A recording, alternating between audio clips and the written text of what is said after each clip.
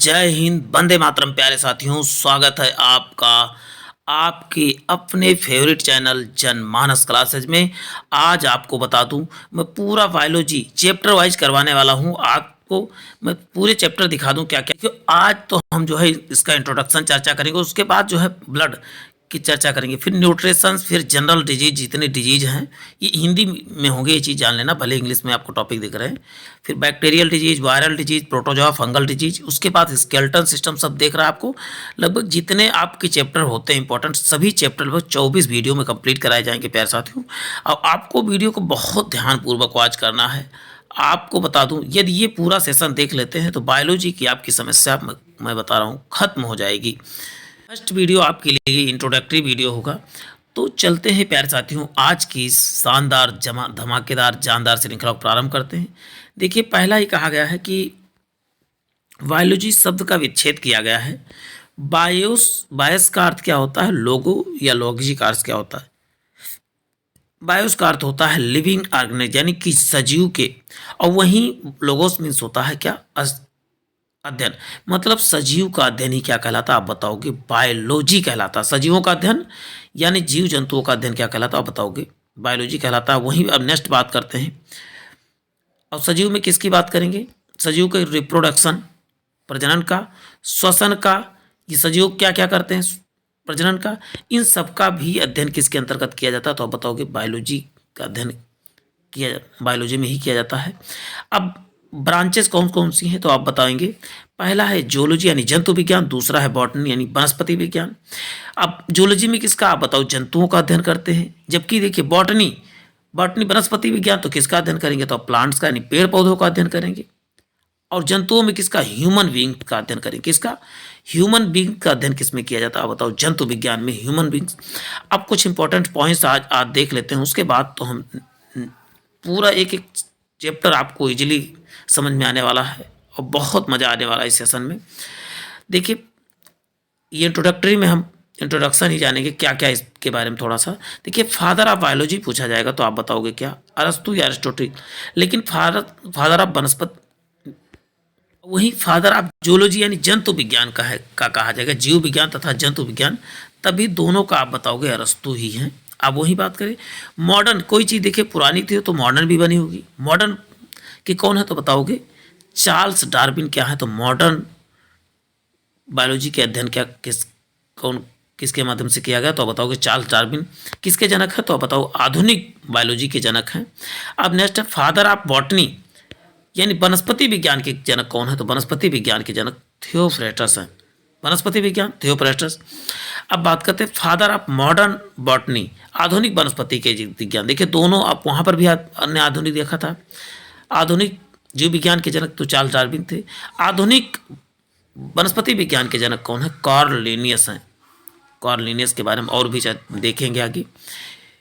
अब बात करते हैं कुछ बुक्स हैं, उनकी भी चर्चा कर लेते हैं। देखिए, अरस्तु हिस्टोरिया एनिमिलिया, यानी हिस्टोरिया एनिमिलिया किसकी पुस्तक है, तो आप बताओगे अरस्तु की पुस्तक है। थियोफ्रेस्टस की कौन सी पुस्तक है, हिस्टोरिया प्लेंटरम।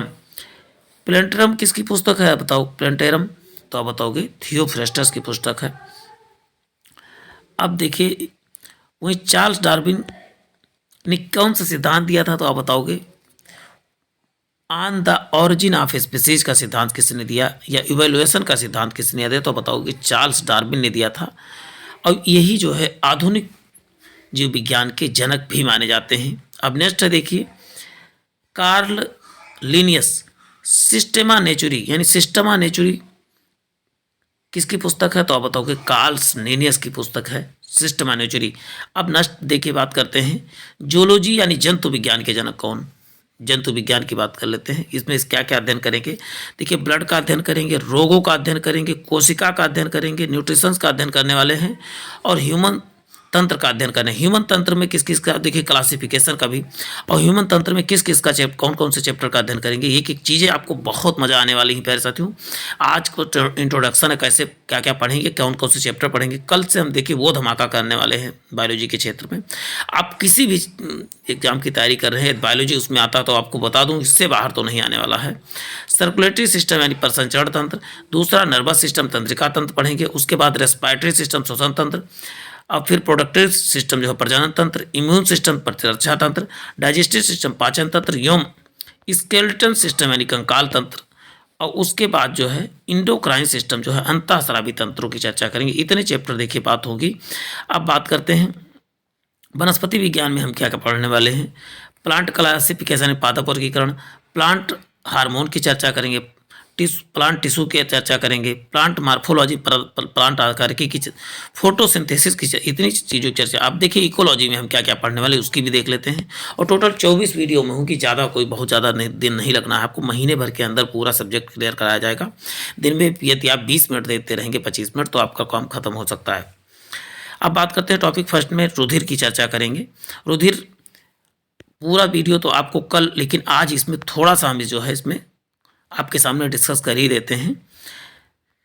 देखिए आप जानते हैं रुधिर कैसा होता है, तो बताओगे लिक्विड के फॉर्म में होता है, तो और पूरे शरीर को जोड़ के रखता है। देखिए पूरे शरीर में कहीं ना कहीं ब्लड है, तो इसका मतलब जोड़ने का काम करता है। तो एक प्रकार का क्या है बताओ, तरल संयोजी होते हैं, यानी लिक्विड कनेक्टिव टिश्यू है।